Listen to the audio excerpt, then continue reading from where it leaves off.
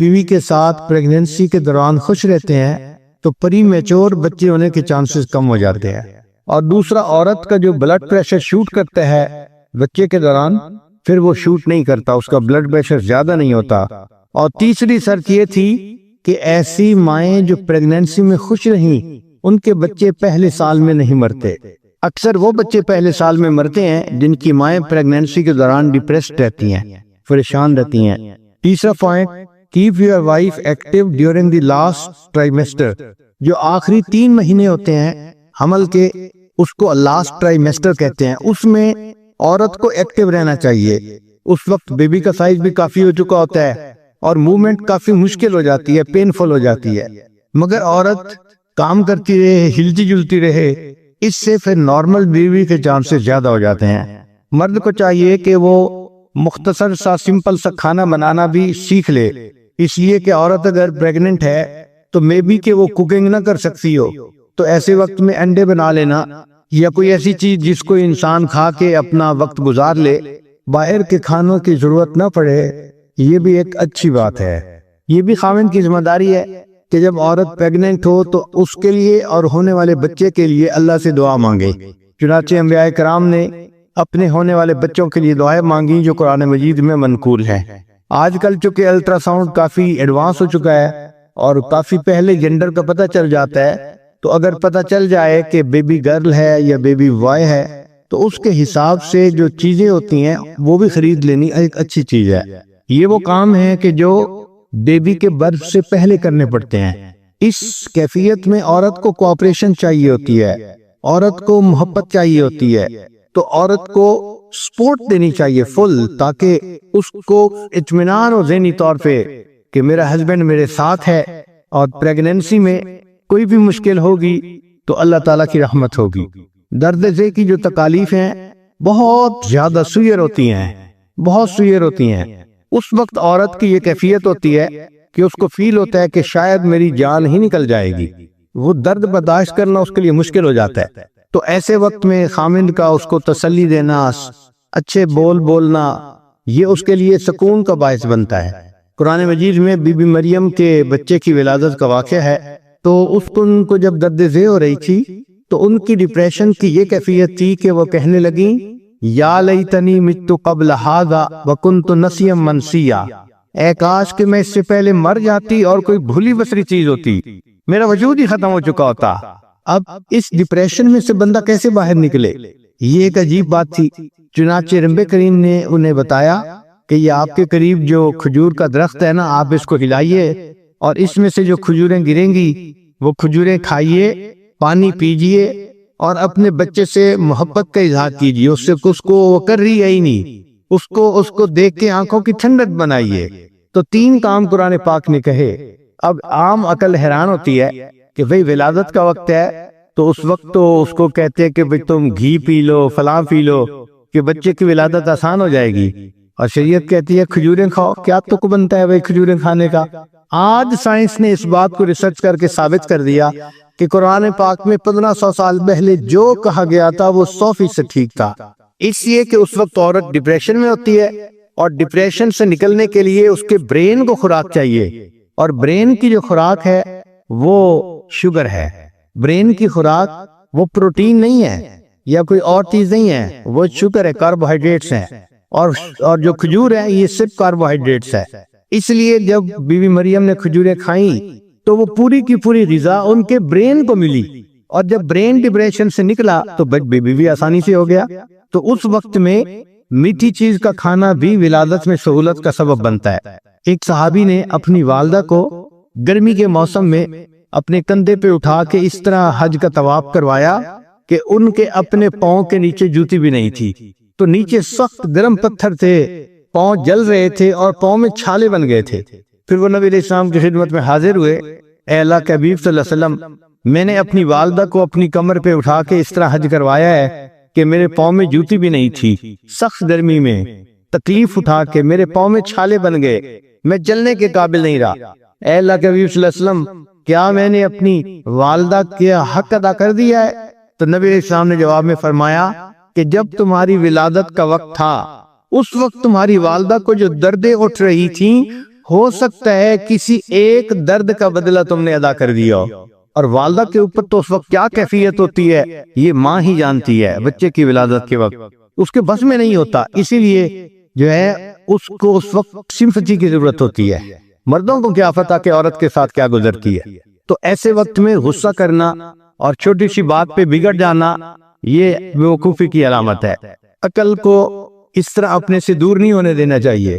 کچھ لوگ ہوتے ہیں وہ چھوٹی چھوٹی بات پہ اپنی عقل کو نا چھٹی دے دیتے ہیں کہ بھئی تم جاؤ باقی میں گزار لوں گا اپنی زندگی۔ ایسے نہیں کرنا چاہیے۔ خیر بعض لوگوں کے پاس تو عقل ہوتی نہیں، اور جن کے پاس ہوتی ہے وہ اس کو سنبھال کے رکھیں۔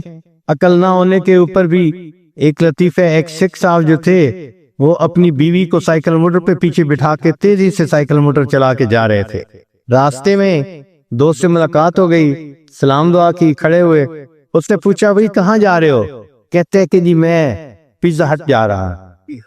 اس نے کہا پیزا ہٹ جا رہے ہو کس لیے؟ کہتے ہیں کہ میری بیوی کو اس وقت لیبر پین ہو رہی ہیں۔ اس نے کہا بیوی کو لیبر پین ہو رہی ہیں اور تم پیزا ہٹ جا رہے ہو؟ کہتے ہاں وہاں انہوں نے لکھ کے لگایا ہوا تھا ڈیلیوری فری۔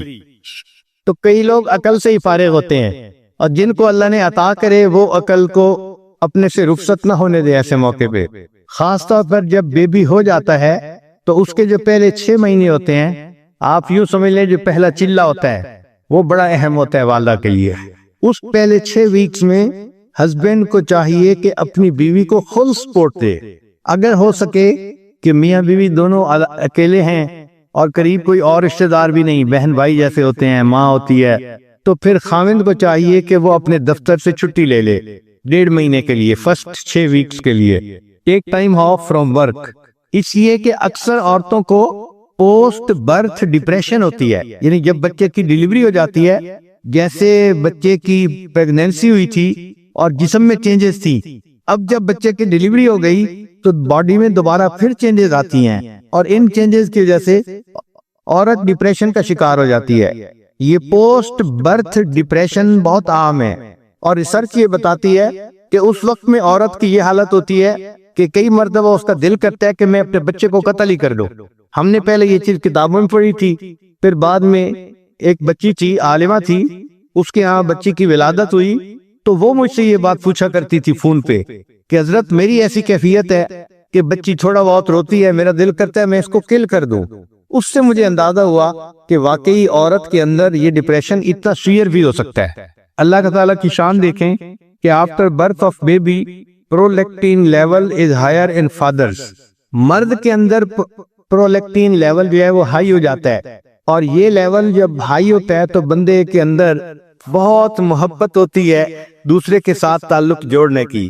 تو اللہ تعالیٰ نے باپ کے اندر اس لیول کو بڑھا دیا تاکہ اب یہ بچے سے بھی اپنا تعلق جوڑے اور اپنے بیوی کے ساتھ مزید جڑے، اس کے اندر یعنی جڑنے کا احساس ہو جائے۔ اور اس دوران جب بچہ ہوتا ہے تو مرد کے اندر ٹیسٹوسٹیرون لیول جو ہوتا ہے وہ کم ہو جاتا ہے۔ ٹیسٹوسٹیرون لیول کم ہونے سے وہ جو ایک ہوس ہوتی ہے میٹ کرنے کی وہ اس سے ختم ہو جاتی ہے، یعنی اس کے لیے میٹنگ کے بغیر صبر کے ساتھ رہنا آسان ہو جاتا ہے۔ یہ بہت چینجز ہیں جو قدرت کر دیتی ہے کہ آنے والے بچے کے بعد ماں باپ کے لیے وقت گزارنا آسان ہو۔ پھر خامند کی ایک ڈیوٹی ہوتی ہے کہ ملنے والے دوست احباب رشتہ دار وقت بے وقت آتے رہتے ہیں۔ اس وقت عورت تو بیبی کے ساتھ مصروف ہوتی ہے، وہ نہیں ان کو کچھ کہہ سکتی۔ خامند کی ذمہ داری بنتی ہے کہ ان کے ٹائمنگز کو وہ کنٹرول کرے، ایسا نہ ہو کہ بیوی سوئی ہوئی ہے تو آنے والے اس کو جگا دیں اور الٹا اس کے لیے پریشانی کا سبب بنے۔ حضرت انس رضی اللہ عنہ روایت کرتے ہیں کہ میں نے نبی علیہ الصلوۃ والسلام سے زیادہ اہل و عیال پر مہربان کسی اور آدمی کو نہیں دیکھا۔ کسی کو زندگی میں اتنا مہربان اپنے اہل و عیال پہ نہیں دیکھا جتنا مہربان میں نے نبی علیہ السلام کو اپنی فیملی کے اوپر دیکھا ہے۔ تو واقعی جب انسان کو اللہ تعالیٰ باپ بننے کا شرف عطا کرے تو وہ اپنی بیوی پر، اپنے بچوں پر اور زیادہ مہربانی کا معاملہ کرے۔ نبی علیہ السلام تشریف فرما تھے، سیدنا حسن رضی اللہ عنہ تشریف لائے جو نبی علیہ السلام کے نواسے تھے، تو نبی علیہ السلام نے ان کو دیکھا، ان کو اٹھایا، ان کو سینے سے لگایا اور ان کو کس کیا۔ تو ایک صحابی تھے اقرا بن حابس رضی اللہ تعالیٰ عنہ، وہ حیران ہو گئے، اے اللہ کے حبیب صلی اللہ علیہ وسلم میرے تو 10 بچے ہیں اور میں نے تو کبھی کسی بچے کو اس طرح پیار نہیں کیا۔ تو نبی علیہ السلام نے فرمایا کہ جو رحم نہیں کرتا اس پر رحم نہیں کیا جاتا، یعنی اگر تم بچوں پر رحم نہیں کرو گے تو اللہ تعالیٰ تم پر رحم نہیں فرمائیں گے۔ ایک مرتبہ نبی علیہ السلام نماز پڑھ رہے تھے اور آپ کی نواسی امامہ جو آپ کی بڑی صاحبزادی سیدہ زینب رضی اللہ عنہ کی بیٹی تھیں وہ قریب تھیں، تو نبی علیہ السلام نماز پڑھتے ہوئے جب قیام کرتے تھے تو اس کو گود میں اٹھا لیتے تھے چھوٹی بچی کو، اور جب سجدہ کرنے لگتے تھے تو اس کو زمین پہ بٹھا دیا کرتے تھے، پھر دوسری رکعت سے جب کھڑے ہوتے پھر اس کو زمین سے اٹھا کے اپنے بازوؤں میں لے لیتے، اور جب سجدہ کرنے لگتے تو دوبارہ پھر اس کو زمین پہ بٹھا دیتے تھے۔ اللہ کے حبیب صلی اللہ علیہ وسلم نے نماز اس طرح ادا کی کہ ایک چھوٹے بچے کو بھی ساتھ اٹھایا اور اس کو بھی سپورٹ دی، تو اس سے پتہ چلتا ہے کہ نبی علیہ السلام بچوں پر کتنے مہربان تھے۔ ایک مرتبہ اللہ کے حبیب صلی اللہ علیہ وسلم نے نماز کی جماعت فرمائی تو پھر جلدی مختصر نماز پڑھ کے سلام پھیر دیا، اور پھر فرمایا کہ میرا دل چاہتا تھا کہ آج میں لمبی نماز پڑھتا، مگر ایک بچے کے رونے کی آواز آئی تو میرے دل میں خیال آیا کہ جو بچہ رو رہا ہے اس کی ماں اگرچہ نماز پڑھ رہی ہوگی مگر اس کا دل تو تڑپ رہا ہوگا، تو ماں کی تکلیف کو دیکھتے ہوئے میں نے نماز کو کم کر دیا۔ یعنی اللہ کے محبوب صلی اللہ علیہ وسلم نے نماز کو کم کر دیا اس لیے کہ ایک ماں یا ایک بچہ تکلیف کی حالت میں تھا، تو ہمیں گھر کے لوگوں کو تکلیف میں دیکھ کر ریسپونڈ کرنا چاہیے، یہ نہیں ہے کہ ہمارا تو اس سے کوئی واسطہ ہی نہیں ہے۔ ایک مرتبہ اللہ کے حبیب صلی اللہ علیہ وسلم حضرت حسن رضی اللہ تعالیٰ عنہ کو اپنے کندھے پہ اٹھا کے لے جا رہے تھے۔ اب ایک صحابی نے دیکھا تو بڑے حیران ہوئے کہ نبی علیہ السلام نے اپنے مبارک کندھوں پہ ایک بچے کو بٹھایا ہوا ہے، تو دیکھ کے وہ کہنے لگے کہ اس بچے کی سواری کتنی اچھی ہے۔ جب اس نے یہ کہا تو نبی علیہ السلام مسکرائے اور نبی علیہ السلام نے فرمایا کہ سوار بھی تو بہت اچھا ہے نا، سواری اچھی ہے تو سوار بھی تو بہت اچھا ہے نا۔ ہارورڈ یونیورسٹی کی ایک نئی ریسرچ پبلش ہوئی ہے، اس میں انہوں نے ہزاروں بچوں پہ ریسرچ کی اور 30 سال ریسرچ جاری رہی، یہ 2-4 دن کی بات نہیں تھی، 30 سال تک جاری رہی۔ اس کے بعد انہوں نے لکھا کہ جو باپ بچوں کو ہگ کرتے ہیں تو ان بچوں کے اندر اگریشن ختم ہو جاتی ہے، وہ اگریسو طبیعت کے نہیں بنتے، اس لیے کہ والد ان کو جو ہے وہ حق کرتا ہے اور ان کو کس کرتا ہے، ان کو محبت ملتی ہے، وہ محبت ان کے اندر انڈیوس ہو جاتی ہے، وہ بھی پھر محبت کرنے والے مزاج کے بچے بن جاتے ہیں۔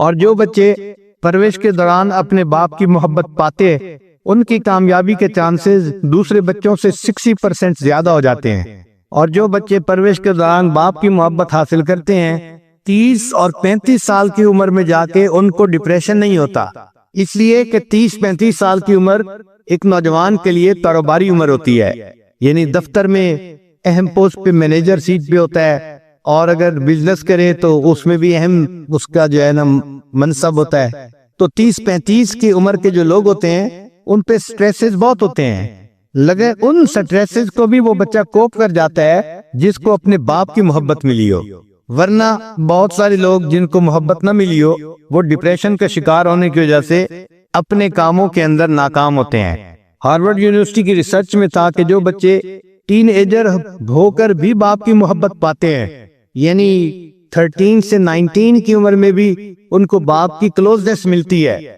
تو ایسے بچے ڈرگ کم استعمال کرتے ہیں اور سیکس کے تجربات بھی کم کرتے ہیں، چونکہ ان کو باپ کی محبت مل رہی ہوتی ہے۔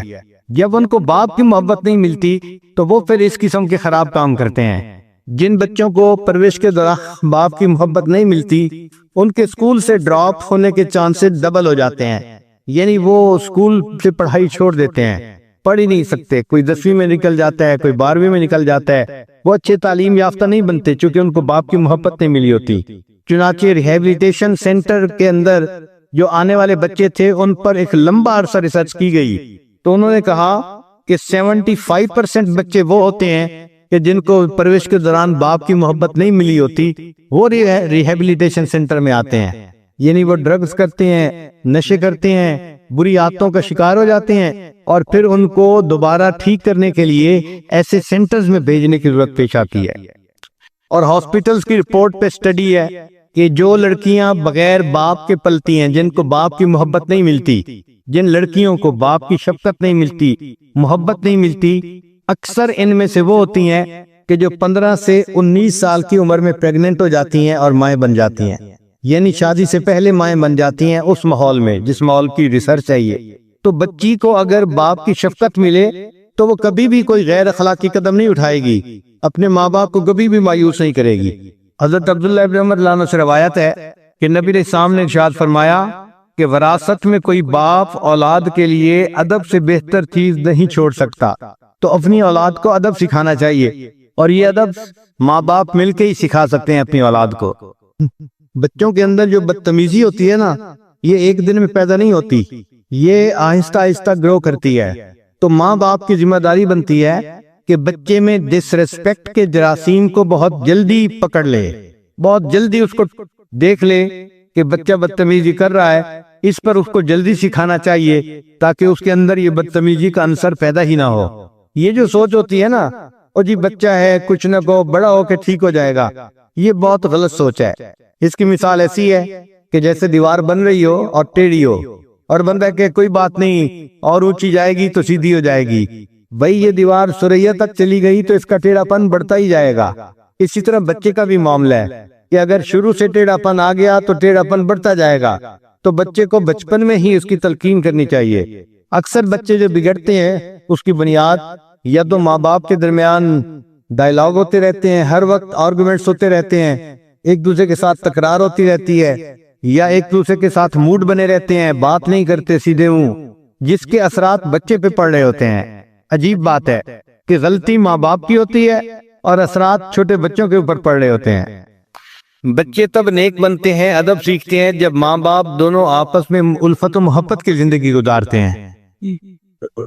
چھوٹے بچے کو چند میجک ورڈ ضرور سکھانے چاہیے، جیسے پلیز کا لفظ استعمال کرنا، ایکسکیوز می کا لفظ استعمال کرنا، سوری کا لفظ استعمال کرنا، تھینک یو کا لفظ استعمال کرنا، جزاک اللہ، شکرن، اس کا لفظ استعمال کرنے۔ یہ میجک ورڈز ہیں، یہ الفاظ دوسرے بندے کے ساتھ محبت بڑھاتے ہیں، تو یہ چھوٹے بچوں کو سکھانے چاہیے۔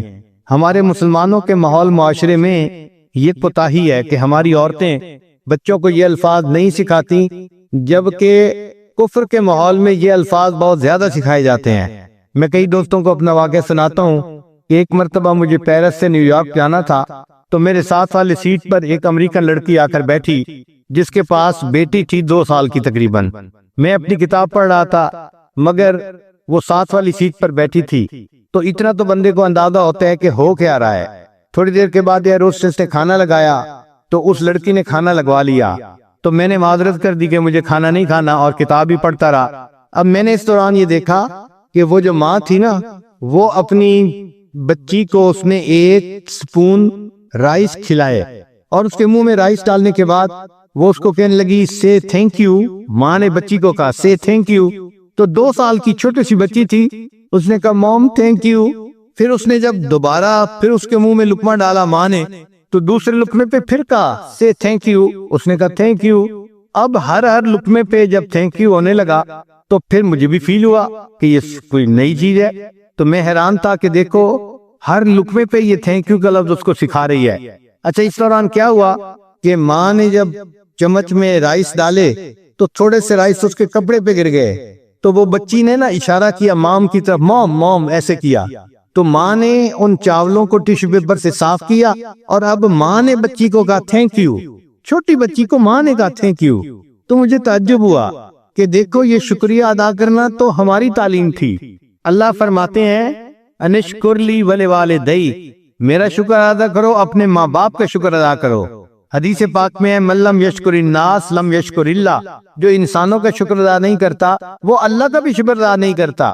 تو کرنا تو ہمیں چاہیے تھا، ہم اپنے بچوں کو یہ نہیں سکھاتے، اور کافر لوگوں نے اس کو اچھی چیز سمجھ کے انہوں نے اپنے بچوں کو سکھانا شروع کر دیا۔ میرا اندازہ تھا اس ایک کھانے کے دوران اس امریکن لڑکی نے اپنی بچی سے 36 مرتبہ تھینک یو کا لفظ کہلوایا۔ آپ بتائیں آپ نے کوئی مسلمان ماں ایسی دیکھی ہے جو ایک کھانے کے دوران اپنے بچے سے 36 مرتبہ تھینک یو کا لفظ کہلوائے؟ ایک دفعہ بھی شاید نہ کہلواتی ہو، 36 دفعہ کہنا تو بڑی دور کی بات ہے۔ اس کا نتیجہ یہ ہوتا ہے کہ ہمارے بچوں کے اندر شکریہ ادا کرنے کی عادت ہی ڈیولپ نہیں ہوتی۔ چنانچہ ہمارا ایک مدرسہ تھا ورجینیا میں، ایک مرتبہ کوئی 50-60 بچے تھے اور میرے پاس کوئی سویٹس تھیں، تو میں نے ان سب بچوں کو کہا کہ بھی آپ لوگ لائن بنا لیں، میں آپ لوگوں کو ایک ایک سویٹ جو ہے نا وہ دوں گا۔ تو بچے بڑے خوش ہو گئے چنانچہ وہ آ رہے تھے اور میں ان کو وہ جو میٹھی چیز تھی وہ دے رہا تھا. بچے اس کو بہت پسند کرتے تھے. 60 بچوں میں سے 4 بچے ایسے تھے کہ جنہوں نے سویٹ لینے کے بعد مجھے تھینک یو کہا، اور 60 میں سے باقی نے کوئی ایک لفظ بھی نہیں بولا. اس سے میں نے اندازہ لگایا کہ ہم مسلمان لوگوں کے گھروں میں عورتوں کی تربیت کا یہ حال برا ہے کہ ہم اپنے بچوں کو سکھاتے ہی نہیں. 60 بچوں میں سے صرف 4 تھے جنہوں نے شکریہ ادا کیا اور باقی نے چپ کر کے آئے سویٹ لے کے جاتے بنے، اس لیے کہ کسی نے سکھایا ہی نہیں کہ کچھ کہنا بھی ہوتا ہے، کرنا بھی ہوتا ہے. تو یہ الفاظ بچے کو خوب سکھانے چاہیے. سوری کے لفظ. ایک دفعہ تو میں حیران ہی ہو گیا، آسٹریلیا میں تھا اور مجھے اپنا بلڈ دینا تھا ٹیسٹ کے لیے، روٹین ٹیسٹ کے لیے. تو ہمارے ایک تعلق والے تھے، ہارٹ سرجن تھے، وہ مجھے اپنے وارڈ میں لے گئے کہ حضرت میں آپ کا بلڈ سیمپل لے کے اور اس کا ٹیسٹ کروا لیں گے. ہم نے کہا بہت اچھا ہے. ان کو میں نے بتایا کہ دیکھیں جو بلڈ نکالنا ہوتا ہے نا، اس کے لیے تجربہ کار بندے کی ضرورت ہوتی ہے، کیونکہ میری وینز اتنی زیادہ واضح نہیں ہوتی کہ فوراً ہی اس کا بلڈ نکالا جائے. تجربہ کار بندہ چاہیے. عام ڈاکٹر اگر نکالنا چاہے تو وہ 3-4 ٹرائیاں کرنے کے بعد کہیں جا کے نکالتا ہے. اس نے کہا جی کوئی مسئلہ نہیں، ہم کر لیں گے. چنانچہ وہ گیا، اس کے بعد اس سے جا کے 2 ٹرائیاں کی تو 2 ٹرائیوں میں بلڈ نہیں اس سے نکل سکا. پھر اس نے سوچا کہ اچھا میں دوسرے ڈاکٹر کو بلا لیتا ہوں. تو وہ ایک آسٹریلین ڈاکٹر کو بلا کے لے آیا اور کہنے لگا کہ بھئی اس پیشنٹ کا بلڈ جو ہے نا لینا ہے، سیمپل لینا ہے، تو آپ پلیز میری ہیلپ کر دیں. اس نے کہا بہت اچھا. اب وہ آسٹریلین ڈاکٹر جب آیا تو اس نے آ کے پوچھا کہ پہلے کتنی دفعہ پرک کیا ہے. اس نے کہا جی 2 دفعہ. تو وہ مجھے کہتا ہے سوری.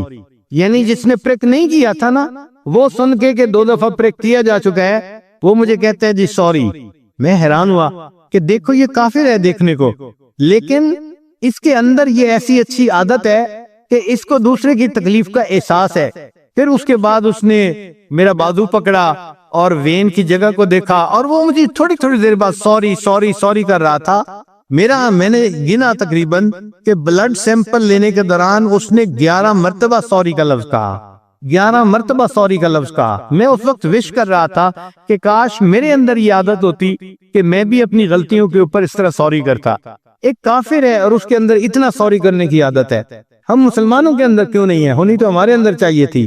یہ تربیت کی کوتاہی، تربیت کی کمی کی وجہ سے ہے. ایک بڑا اہم نقطہ کہ جب ہم بچے کو کریکٹ کر رہے ہوتے ہیں نا، تو اس وقت ریسپیکٹ فلی اس کو بتانا یہ بڑا اہمیت رکھتا ہے. ہم غصے میں بتاتے ہیں، بچے کو فیل ہوتا ہے کہ امی مجھ سے نفرت کرتی ہے، ابو مجھ سے نفرت کرتے ہیں، مجھ سے ہیٹ کرتے ہیں. ہم غصے کا منہ بناتے ہیں، تجھے بتایا نہیں ہے، تجھے سمجھایا نہیں ہے. تو اس وقت بچے کو جو سمجھانا چاہیے وہ بہت پولائٹلی سمجھانا چاہیے.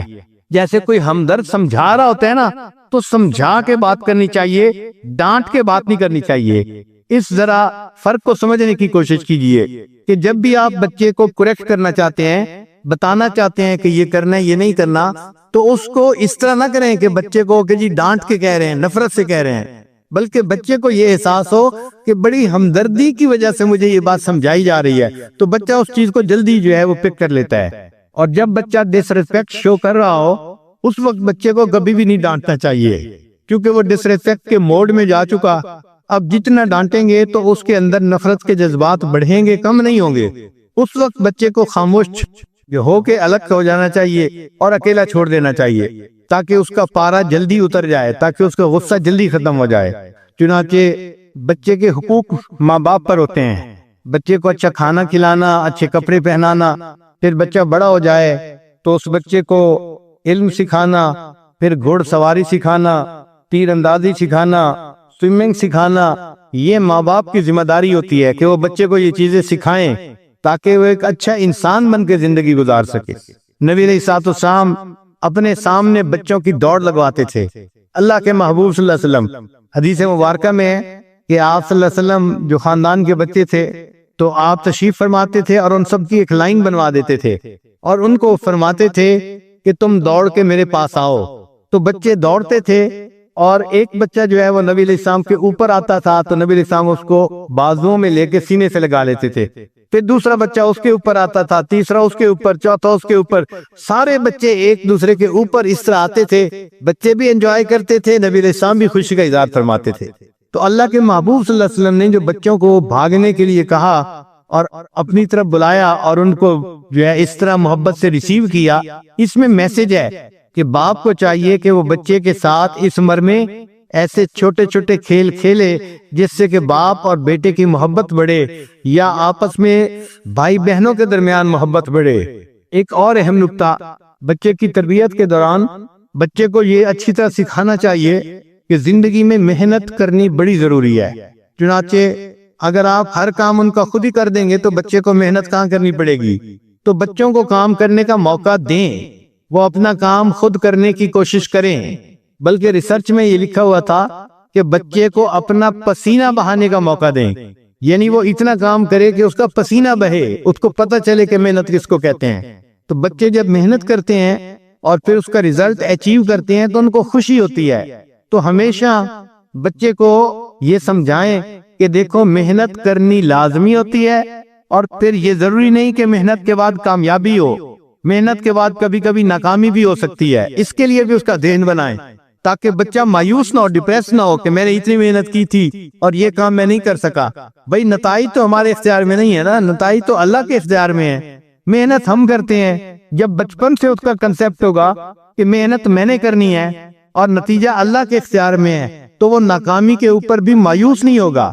پھر بچوں کو یہ سمجھائیں کہ how to take care of them self, کہ بچوں کو اپنی کیئر کیسے کرنی ہے۔ بچے اپنے لباس کا خیال نہیں کرتے، اپنے ناخن کا خیال نہیں کرتے، اپنے بالوں کا خیال نہیں کرتے۔ ان کو بتانا پڑتا ہے کہ دیکھو ناخن کٹوانے ہوتے ہیں، بال کٹوانے ہوتے ہیں، ان میں کنگھی کرنی ہوتی ہے، اپنے کپڑے کو ایسے صاف رکھنا ہوتا ہے۔ یعنی بچے کو سمجھائیں how to take care of them self, یہ ماں باپ سکھاتے ہیں۔ اگر آپ چاہتے ہیں کہ بچہ کوئی کام کرے تو اس کا بہترین طریقہ یہ ہے کہ وہ کام بچے کو خود کر کے دکھائیں۔ بچے کام کو کاپی جلدی کر لیتے ہیں، وہ اپنے باپ کو جیسے کرتا دیکھتے ہیں اس کو اسی طرح کرنے کی کوشش کرتے ہیں۔ Children always copy their parents. Children always copy their parents. چنانچہ ہمارے ایک تعلق والے تھے، منگلا ڈیم ایک ڈیم ہے جہاں بجلی بنتی ہے، وہاں پہ وہ چیف انجینئر تھے۔ تو ان کو روزانہ کالز آتی تھی منسٹرز کی، لوگوں کی، کہ شٹ ڈاؤن ہو رہا ہے، کیوں ہو گیا، کیا پروگرام ہے، کیسے ہے۔ ان کو کالیں بہت آتی رہتی تھیں۔ تو ان کی ایک عادت بن گئی تھی کہ جب بھی فون بجتا تھا نا تو وہ فون اٹھا کے کہتے تھے hello chief engineer Mangla speaking, کہ بھئی پتہ چلے اگلے بندے کو کہ کون بول رہا ہے۔ تو وہ کہتے تھے چیف انجینئر منگلا اسپیکنگ۔ وہ کہنے لگے کہ ایک دن میں باتھ روم میں تھا، میں جب اپنے ہاتھ دھو کے باہر نکلا تو میں نے دیکھا کہ میرے فون کی گھنٹی بج رہی تھی، لینڈ لائن جو ہوتی ہے۔ تو کہتے ہیں کہ میرا چھوٹا بچہ تھا 2 سال کا، وہ بھاگا آیا اور اس نے آ کے کریڈل اٹھا کے اپنے کان سے لگایا اور کہنے لگا hello chief engineer Mangla speaking. یعنی اتنا چھوٹا بچہ وہ بھی اپنے باپ کو کاپی کر رہا ہے۔ تو children always copy their parents. تو باپ کو ایک ماڈل بن کے، ایک نمونہ بن کے رہنا پڑتا ہے تاکہ بچہ اس سے اچھی عادات کو دیکھے اور بچہ خود بھی اچھی عادات کو اپنائے۔ پھر بچوں کو جو وقتاً فوقتاً انعام دیتے ہیں تو باپ کی ذمہ داری ہے کہ بچوں کو سمجھائے کہ بچوں یہ جو پیسہ دیا اس کو تم اچھی جگہ پہ خرچ کرنا اور اس کو بچا کے بھی رکھنا۔ منی کو سیو کرنے کی عادت یہ باپ بچے کے اندر ڈالتا ہے۔ پھر باپ کو چاہیے کہ جو ہارڈ ورکنگ لوگ تھے ان کی سٹوریز بچے کو پڑھ کے سنایا کرے۔ اور ایک اہم نکتہ، یہ باپ کی ذمہ داری ہوتی ہے کہ وہ بچے کو ناکامی سے نکلنا سکھائے۔ بچے نے کوئی کام کیا اور اس میں فیل ہو گیا، نہیں کر سکا، اب اس فیلئر سے نکلنا کیسے ہے یہ بھی باپ اس کو سکھائے گا۔ اس وقت محبت سے پیش آئیں، اس کو سمجھائیں کہ نتائج ہمارے اختیار میں نہیں ہوتے، محنت ہمارے اختیار میں ہوتی ہے۔ بچے آپ نے محنت کر لی، میں آپ کی محنت کی وجہ سے بہت خوش ہوں آپ کے اوپر۔ مثلا اسکول میں گریڈ اچھے نہیں آئے لیکن بچے نے محنت کی تھی، پڑھتا تھا، راتوں کو جاگتا تھا، ٹیوشن بھی پڑھتا تھا، ہوم ورک بھی کرتا تھا، پھر بھی گریڈ اچھے نہیں آئے تو اچھے گریڈ کو نہ دیکھ کے فوراً ڈانٹ ڈپٹ شروع نہیں کرنی چاہیے، بلکہ بچے کو اس وقت سمجھانا چاہیے کہ بیٹا آپ نے محنت کی، میں آپ کی محنت کی وجہ سے بہت خوش ہوں، گو کہ آپ کے نمبر اچھے نہیں آ سکے، اگر نمبر بھی اچھے آتے تو میری خوشی اور زیادہ ہو جاتی۔ بچوں کو سمجھانا اور بچوں کو دعا دینا یہ بھی سنت ہے۔ چنانچہ حدیث پاک میں ہے کہ ایک مرتبہ نبی علیہ السلام کے پاس حضرت حسن رضی اللہ عنہ آئے جو نبی علیہ السلام کے نواسے تھے، اور اسامہ بن زید بھی آئے جو حضرت زید رضی اللہ عنہ کے بیٹے تھے۔ زید رضی اللہ عنہ نبی علیہ السلام کے غلام تھے، ان کے بیٹے تھے اسامہ رضی اللہ عنہ آئے۔ جب دونوں آئے تو نبی علیہ السلام نے ایک کو ایک ران پہ بٹھا لیا اور دوسرے کو دوسرے ران پہ بٹھا لیا، اور اس کے بعد نبی علیہ السلام نے دعا کے لیے ہاتھ اٹھائے اور نبی علیہ السلام نے دعا مانگی، اے اللہ میں ان دونوں سے پیار کرتا ہوں، آپ بھی ان دونوں سے پیار فرما لیجئے۔ آپ دیکھیے نا ذرا، ہے کوئی باپ جس نے اس طرح دعا دی ہو اپنے بچے کو گود میں لے کے، اے اللہ میں اس سے پیار کرتا ہوں، اے اللہ آپ بھی اس سے پیار فرمائیے۔ چنانچہ چھوٹے بچوں کے ساتھ باپ کو وقت زیادہ صرف کرنا چاہیے۔ کئی باپ ماں کے ذمہ لگا دیتے ہیں بس تم جانو اور بچوں کی تربیت جانے، تو ماں اکیلی تربیت نہیں کر سکتی، جو باپ کا کام ہے وہ باپ ہی کو کرنا پڑے گا۔ ایک بات ذہن میں رکھیے کہ جس بچے کو باپ کے ساتھ ٹائم ملتا ہے اس بچے کے موٹر سکل بہت امپروو ہو جاتے ہیں، اور جس کو ماں کے ساتھ زیادہ ٹائم ملتا ہے اس کے کمیونیکیشن سکل زیادہ ہوتے ہیں۔ لہذا ماں کے ساتھ وقت گزارنے کا اپنا فائدہ، باپ کے ساتھ وقت گزارنے کا اپنا فائدہ۔ اس لیے جو سپلٹ فیملیز ہوتی ہیں کہ ماں باپ میں سیپریشن ہو جاتی ہے، طلاق ہو جاتی ہے، ان کے بچے زندگی میں کبھی سکسیسفل نہیں ہوتے الا ماشاء اللہ، اور اس سکسیسفل نہ ہونے کا جرم بچے کا نہیں ہوتا، ماں باپ کا ہوتا ہے، کہ ماں باپ کی وجہ سے بچے کی زندگی ناکام ہو جاتی ہے۔ خالد بن سعید ایک صحابی ہیں، یہ اپنے بچپن کا واقعہ سناتی ہیں کہ میرے والد مجھے لے کر نبی علیہ السلام کی خدمت میں گئے، میں اس وقت چھوٹی سی بچی تھی اور میں نے پیلے رنگ کا کپڑا پہنا ہوا تھا، لباس پہنا ہوا تھا، پیلے رنگ کا کرتا پہنا ہوا تھا۔ وہ کہتی ہیں کہ جب میں نبی علیہ السلام کی خدمت پہ پہنچی تو میں نے نبی علیہ السلام کی انگوٹھی کو دیکھا، تو میں بچی تھی، میں اس انگوٹھی کے ساتھ کھیلنے لگ گئی، یعنی انگوٹھی کو ٹچ کیا اور اس کو ادھر ادھر گھما کے دیکھا، یا اس کا جو ایک حصہ تھا جس پر کچھ لکھا ہوا تھا اس کو دیکھا، تو میں ان کی انگوٹھی کے ساتھ کھیلنے لگ گئی۔ تو میرے والد مجھ سے ناراض ہونے لگے کہ تو نبی علیہ السلام کی انگوٹھی کے ساتھ کیوں کھیل رہی ہے؟ وہ فرماتی ہیں کہ جب میرے والد صاحب مجھ سے ناراض ہوئے تو نبی علیہ السلام نے محبت کے ساتھ میری طرف دیکھا اور میرے پیلے اس سوٹ کو دیکھ کے، کپڑے کو دیکھ کے نبی علیہ السلام نے فرمایا ابلی و اخلقی، کہ اس کپڑے کو تو پہن کے بوسیدہ کر لے، یعنی تیری زندگی اتنی لمبی ہو کہ اللہ کرے کہ تو اس کپڑے کو پہنے اور بوسیدہ کر دے۔ یعنی کسی کو لمبی عمر کی دعا دینے کے لیے یہ کہا جاتا تھا کہ تو اس کپڑے کو اتنا پہنے کہ یہ کپڑا پہنتے پہنتے بوسیدہ ہو جائے۔ وہ کہتے ہیں کہ نبی علیہ السلام نے 3 مرتبہ مجھے یہ دعا دی، حتیٰ کہ میرے والد کی آنکھوں سے آنسو آ گئے۔ میرے والد نے رونا شروع کر دیا کہ میں تو بچے کو ڈانٹ رہا ہوں کہ تم نبی علیہ السلام کی انگوٹھی سے کیوں کھیل رہی ہو، اور نبی علیہ السلام اتنے شفیق کہ وہ دعائیں دے رہے ہیں، اے بچی تم اس کپڑے کو اتنا پہنو کہ یہ پرانا ہو جائے، تمہیں اللہ صحت والی زندگی عطا فرمائے۔ ایک مرتبہ اللہ کے پیارے حبیب صلی اللہ علیہ وسلم منبر پہ خطبہ دے رہے تھے، حدیث پاک میں آتا ہے کہ سیدنا حسن رضی اللہ تعالیٰ عنہ وہ اس وقت مجمع میں آ گئے، تو جب حسن رضی اللہ عنہ قریب آئے تو نبی علیہ السلام منبر سے نیچے اترے خطبے کے دوران، اور نیچے اتر کے ان کو اٹھایا اپنی گود میں اور پھر منبر کے اوپر آ کر بیٹھے۔ آپ ذرا غور کریں نا، ایک بندہ بیان کر رہا ہے، تقریر کر رہا ہے، اور باقی کے دوران ایک بچہ آ جاتا ہے، تو یہی نہیں کہ اس کو کہا کہ آؤ میری گود میں بیٹھ جاؤ، نہیں، آپ صلی اللہ علیہ وسلم منبر سے نیچے اترے اور اس کو گود میں اٹھا کے پھر منبر کے اوپر آ کر بیٹھے۔ تو نبی علیہ السلام بچوں کو اتنی رسپیکٹ دیا کرتے تھے، اتنی محبت دیا کرتے تھے۔ یہ ہے وہ راز جس کی وجہ سے بچے پھر ایک اچھا انسان بنا کرتے ہیں دنیا کے اندر۔ ایک مرتبہ نبی علیہ السلام عشاء کی نماز پڑھا رہے تھے، تو نماز کے دوران آپ صلی اللہ علیہ وسلم نے ایک سجدے کو لمبا کر دیا، بہت لمبا سجدہ۔ صحابہ کرام بھی بڑے حیران، اتنا لمبا سجدہ۔ بالآخر جب سجدے سے اٹھے اور سلام پھیرا مکمل کی نماز، تو صحابہ نے دیکھا کہ نبی علیہ السلام کے پاس ایک بچہ تھا۔ اصل میں سیدنا حسین رضی اللہ عنہ اس وقت آئے تھے اور وہ نبی علیہ السلام کے پیٹھ کے اوپر چڑھ گئے تھے، کمر مبارک کے اوپر چڑھ گئے تھے۔ تو جب وہ کمر کے اوپر چڑھ گئے تو نبی علیہ السلام نے اپنے سجدے کو لمبا کر دیا۔ جب اس کا دل چاہا وہ نیچے اترا، تب نبی علیہ السلام نے سجدے کو مکمل کیا۔ جن بچوں کو باپ کے پاس ساتھ کھیلنے کا موقع ملتا ہے، ہارورڈ یونیورسٹی کی ریسرچ ہے کہ ان کا آئی کیو لیول زیادہ ہو جاتا ہے۔ ہارورڈ یونیورسٹی نے ایک ریسرچ 25 سال کی اسٹوڈنٹس کے اوپر، 25 سال انہوں نے اپنی ریسرچ جاری رکھی، اور 25 سال کے بعد انہوں نے نتیجہ نکالا کہ جو بچے دنیا میں کامیاب ہوتے ہیں یہ وہی ہوتے ہیں کہ جن کے پلنے کے دوران ان کو باپ کی شفقت محبت ملی ہوتی ہے۔ جو بچے بدنی کھیل کھیلتے ہیں، یعنی فٹ بال کھیلنا، دوڑنا، بھاگنا، اس سے بچوں کے اندر ADHD سمپٹمز ریڈیوس ہو جاتے ہیں، اور بچوں کے اندر سٹریس لیول بھی ریڈیوس ہو جاتا ہے۔ اور کھیلنے کے دوران بچوں کو دھوپ میں وٹامن ڈی ملتی ہے، اس وٹامن ڈی سے بھی بچے کی طبیعت کے اندر تازگی آتی ہے۔ 2 وقت ہوتے ہیں جب بچے بہت جلدی سیکھتے ہیں، ہمیشہ اس وقت کا فائدہ اٹھانا چاہیے۔ ایک بچے جیسے ہی گاڑی میں بیٹھیں گے نا تو وہ لرننگ موڈ میں چلے جاتے ہیں، اس لیے وہ کوسچنز کے اوپر کوسچن پوچھتے ہیں، ایک کوسچن، دوسرا کوسچن، تیسرا کوسچن۔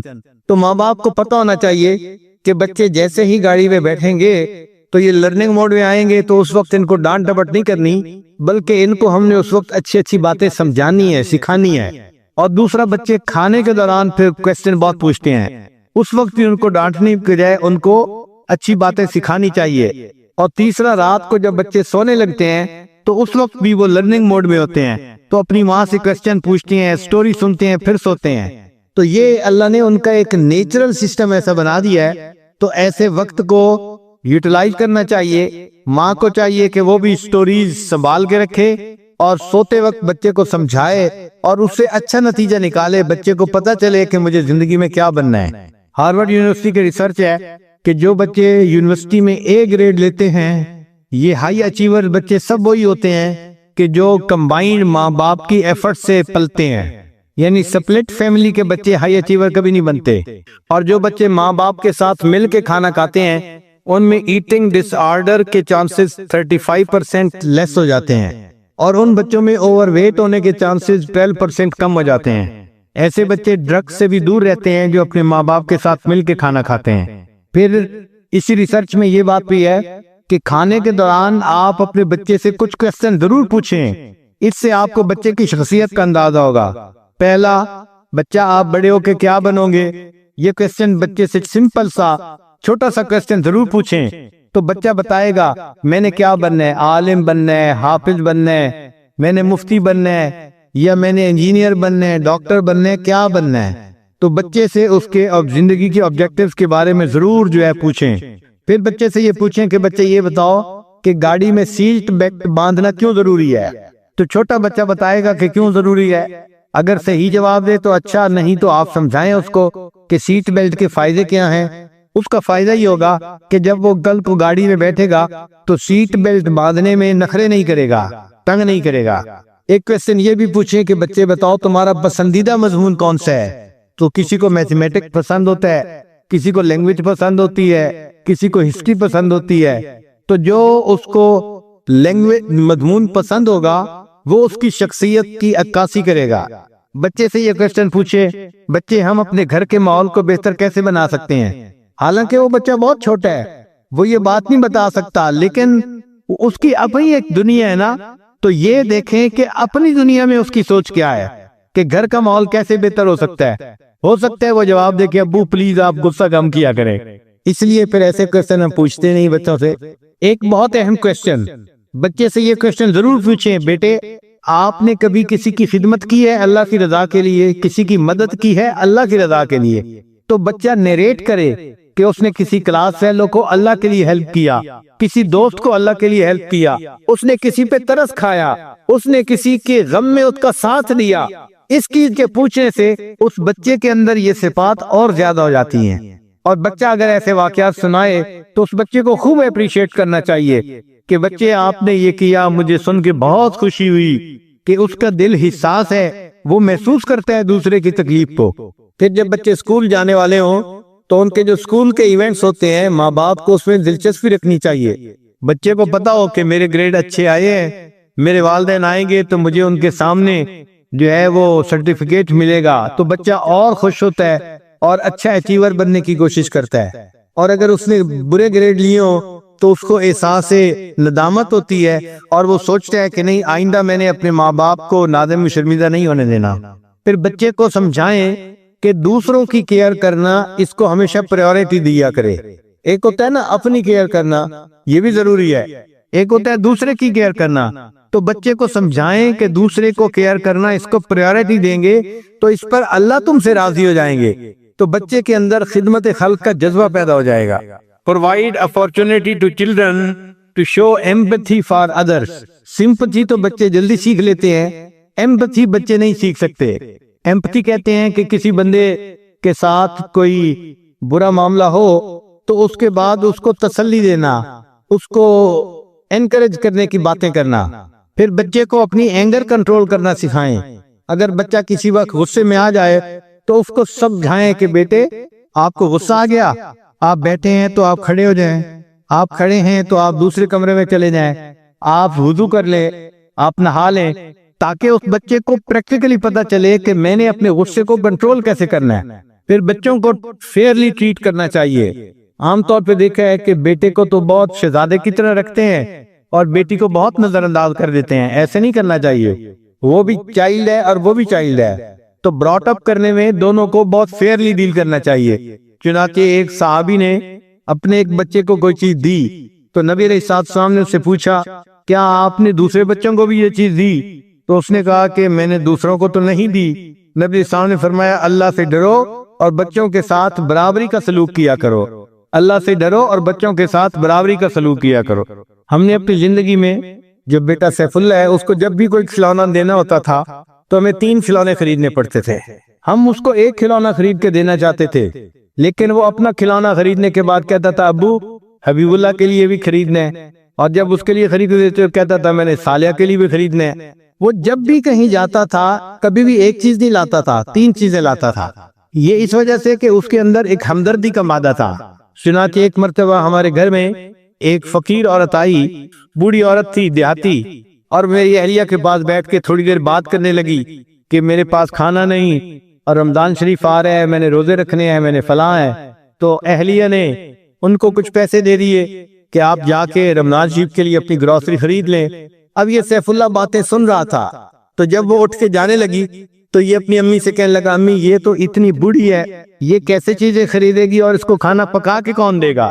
یعنی چھوٹا بچہ ہے، اس کو یہ تو پتا چل گیا کہ امی نے پیسے دے دیے ہیں، وہ خرید لے گی، لیکن چونکہ وہ بوڑھی تھی اور کمزور تھی تو یہ اس کو دیکھ کے کہہ رہا تھا امی یہ اپنا کھانا کیسے بنائے گی؟ تو پھر امی مسکرائی، اس نے کہا کہ اچھا ابو سے پوچھو، میں اس کا کھانا بنانے کے لیے ساتھ چلی جاتی ہوں۔ ہمارے بچوں میں سے یہ صرف سیف اللہ کے اندر خاص بات دیکھی ہے ہم نے۔ باقی بھی بچے ہیں وہ بھی بڑا کیئر کرتے ہیں، لیکن ان کو ایک کھلونا لے کے دیا تو وہ خوش لے کے آ جاتے تھے، لیکن سیف اللہ ہمیشہ 3 چیزیں ہی لاتا تھا۔ تو یہ صفت ہوتی ہے، اور یہی چیز پھر ہم نے دیکھا کہ سیف اللہ کی یہ صفت اس کی آگے اولاد میں آئی۔ چنانچہ حنانہ جو ہے اتنی دوسرے کی کیئر کرنے والی بچی ہے کہ کئی دفعہ میں اس کی عادت پہ حیران ہوتا ہوں، بہت زیادہ محبت کرنے والی اور سب کے ساتھ جو ہے وہ تعلق رکھنے والی۔ چنانچہ ایک مرتبہ میں اپنے کمرے سے باہر نکلا تو ڈاکٹر محسن صاحب کا بڑا بیٹا محمد وہ سرمد کو ذرا ڈانٹ ٹپٹ کر رہا تھا اور ہارڈ ٹائم دے رہا تھا۔ سرمد سائیکل چلانا چاہتا تھا گھر کے سین میں، اور وہ راستے پہ کھڑا ہو گیا تھا۔ اب سرمد رو رہا ہے، حنانہ بھی رو رہی ہے۔ میں باہر نکلا تو میں نے بچوں سے پوچھا کہ بھئی رو کیوں رہے ہو؟ تو حنانہ اور سرمد دونوں نے بتایا کہ یہ محمد راستہ روک کے کھڑا ہے، ہم اپنا سائیکل نہیں چلا پا رہے۔ تو میں نے محمد کو ڈانٹا، محمد آپ ان کو کیوں نہیں کھولنے دے رہے؟ اپنا گھر ہے، اپنے گھر میں بچے نہیں کھیلیں گے تو کہاں کھیلیں گے؟ خیر جب میں نے تھوڑا ڈانٹا، پیارا بچہ ہے، وہ فوراً ایک طرف ہو کے بیٹھ گیا۔ قدرتاً میرے پاس کچھ سویٹس تھیں تو میں نے کہا آؤ بچوں میں آج آپ لوگوں کو سویٹس دیتا ہوں۔ چنانچہ میں نے جو ہے نا بچوں کو سویٹس دینی تھی تو محمد جو راستہ روک کے کھڑا تھا اس کو صدا کے طور پہ میں نے کہا کہ محمد آپ چونکہ دوسروں کو تنگ کرتے ہو، آپ کو میں نے سویٹ نہیں دینی۔ اب یہ بات سن کے جو محمد تھا ڈاکٹر صاحب کا، وہ تھوڑا سیڈ ہو گیا کہ مجھے سویٹ نہیں ملے گی، تو میں نے باقی سارے بچوں کو سویٹ تقسیم کر دی۔ جب میں نے سب کو دے دی نا تو اس کے بعد حنانہ میرے پاس آئی اور مجھے کہنے لگی دادا ابو محمد کو بھی دے دیں۔ یعنی جس کی وجہ سے وہ پریشان ہو رہی تھی، جب اس بچے کو ڈفرائی کیا تو کہنے لگی نہیں نہیں آپ اس کو ڈفرائی نہ کریں، اس کو بھی آپ سویٹس دے دیں۔ تو اس وقت میرے دل میں بات آئی کہ واقعی بچوں کے اندر یہ جو دوسرے کی کیئر ہے یہ ایک صفت ہوتی ہے جو بچپن میں پیدا ہوتی ہے، اور یہ بچے پھر بڑی عمر کے ہو کے دوسرے احسانوں کا احساس کرتے ہیں، ان کے غم کو اپنا غم سمجھتے ہیں اور ان کی خوشی کو اپنی خوشی سمجھتے ہیں۔ اللہ تعالیٰ ایسا حساس دل ہر ایک کو عطا فرمائے، ورنہ بہت سارے لوگ تو اتنے بے حس ہوتے ہیں، احساس ہی نہیں ہوتا۔ ہم نے نوجوانوں کو دیکھا ہے، بیوی رو رہی ہوتی ہے اور ان کو کوئی احساس نہیں ہوتا کہ ہم اس کو رلا رہے ہیں، ماں رو رہی ہوتی ہے، بچوں کو احساس نہیں ہوتا، بہن ہوتی ہے، بھائی کو احساس نہیں ہوتا۔ یہ بے حس ہونا اللہ تعالیٰ کو بہت ناپسند ہے۔ تو یہ چیزیں بچے کے گروتھ کے دوران اس کے اندر پیدا کرنی چاہیے تاکہ بچہ ایک اچھے اخلاق والا بچہ بن کر جو ہے آگے آئے۔ حضرت عمر بن عبدالعزیز رحمت اللہ علیہ ایک بہت کامیاب باپ تھے، بہت کامیاب باپ تھے۔ ان کے 11 بیٹے تھے اور ان کی زندگی میں بہت غربت تھی، چونکہ بیت المال سے بہت مناسب مقدار لیا کرتے تھے تو بچوں کی ضرورت بھی پوری نہیں ہو سکتی تھی، یہاں تک کہ ان کو کھانے پینے کی چیزیں پوری نہیں ملتی تھیں بچوں کو۔ ایک مرتبہ انہوں نے اپنی بیٹی کو بلایا اور آنے میں دیر لگی تو عمر بن عبدالعزیز رحمۃ اللہ نے دوسری مرتبہ ذرا سختی سے بلایا کہ کیوں نہیں آ رہی میرے پاس سے، تو ان کی جگہ بیٹی کی جگہ ماں آئی اور کہنے لگی جی آپ نے بیٹی کو بلایا ہے؟ فرمایا ہاں۔ کہنے لگا میں آ گئی ہوں، جو کام ہے مجھے بتا دے۔ تو آپ نے پوچھا کہ وہ کیوں نہیں آ رہی؟ تو بیوی نے جواب دیا کہ اس نے جو کپڑے پہنے ہوئے تھے نا تو وہ کپڑے پھٹ گئے، اب وہ ساتھ والے کمرے میں اپنی شلوار کو سی رہی ہے بیٹھی ہوئی، جب تک کپڑے کو سی کے نہیں پہنے گی آپ کے پاس کیسے آ سکتی ہے؟ تو اس کی جگہ میں آ گئی ہوں۔ یعنی وقت کا خلیفہ ہے اور اس کے اپنی بیٹی کے پاس پہنے ہوئے کپڑوں کے سوا کوئی دوسرا کپڑا نہیں ہے۔ اتنی غربت کی زندگی تھی، مگر انہوں نے اپنے بچوں کو محبت سکھائی اور خدمت سکھائی، نیکی سکھائی اور خوب بچوں کے اندر نیکی کا جذبہ پیدا کیا۔ چنانچہ جب وہ آخری وفات کے یعنی مرض میں تھے تو ان کا ایک دوست ان کو ملنے کے لیے آیا تو عمر بن عبدالعزیز رحمۃ اللہ لیٹے ہوئے تھے۔ اس نے کہا کہ عمر بن عبدالعزیز آپ نے اپنے بچوں کے ساتھ بھلا نہیں کیا۔ تو آپ نے پوچھا کیوں؟ اس نے کہا کہ اس لیے کہ آپ سے پہلے جو بادشاہ آئے نا انہوں نے اپنی اولادوں کے لیے بڑی جاگیریں وقف کی، جائیدادیں وقف کی، ہیرے جواہرات بیت المال سے لے کے ان کو دیے اور اپنی اولادوں کو بہت مال انہوں نے دیا، غنی کر دیا، اور تم تو اپنی اولاد کے لیے کچھ بھی نہیں چھوڑ کے جا رہے، سو تم نے اپنی اولاد کے ساتھ اچھا نہیں کیا۔ تو جب اس نے یہ الفاظ کہے تو عمر بن عبدالعزیز رحمۃ اللہ علیہ لیٹے ہوئے تھے، اٹھ کے بیٹھ گئے اور فرمانے لگے کہ دیکھو اگر میری اولاد نیک بنی ہے تو میں ان کو اللہ کی سرپرستی میں دے کے جا رہا ہوں، اگر میری اولاد نیک بنی ہے تو میں ان کو اللہ کی سرپرستی میں دے کے جا رہا ہوں، کیونکہ اللہ فرماتے ہیں وَهُوَ يَتَوَلَّى الصَّالِحِينَ، اللہ نیکوکاروں کا خود سرپرست ہوتا ہے، تو میں ان کو اللہ کی سرپرستی میں دے کے جا رہا ہوں، اور اگر میری اولاد نیک نہیں بنی تو میں ان کے فسق و فجور کے اوپر ان کا معاون نہیں بن سکتا۔ یہ عمر بن عبدالعزیز رحمۃ اللہ نے جواب دیا۔ پھر عمر بن عبدالعزیز فوت ہو گئے۔ اللہ کی شان دیکھیں کہ اگلا بندہ وقت کا بادشاہ بنا، اب اس بادشاہ کو اپنے صوبوں کو سنبھالنے کے لیے گورنر کی ضرورت تھی، تو اس نے مشورہ کیا لوگوں سے کہ بھائی مجھے تو کوئی بندہ ایسا چاہیے جیسے عمر بن عبدالعزیز سے، اتنا ایماندار، اتنا دیانتدار، اتنا انصاف کرنے والا، اتنا وفا دکھانے والا۔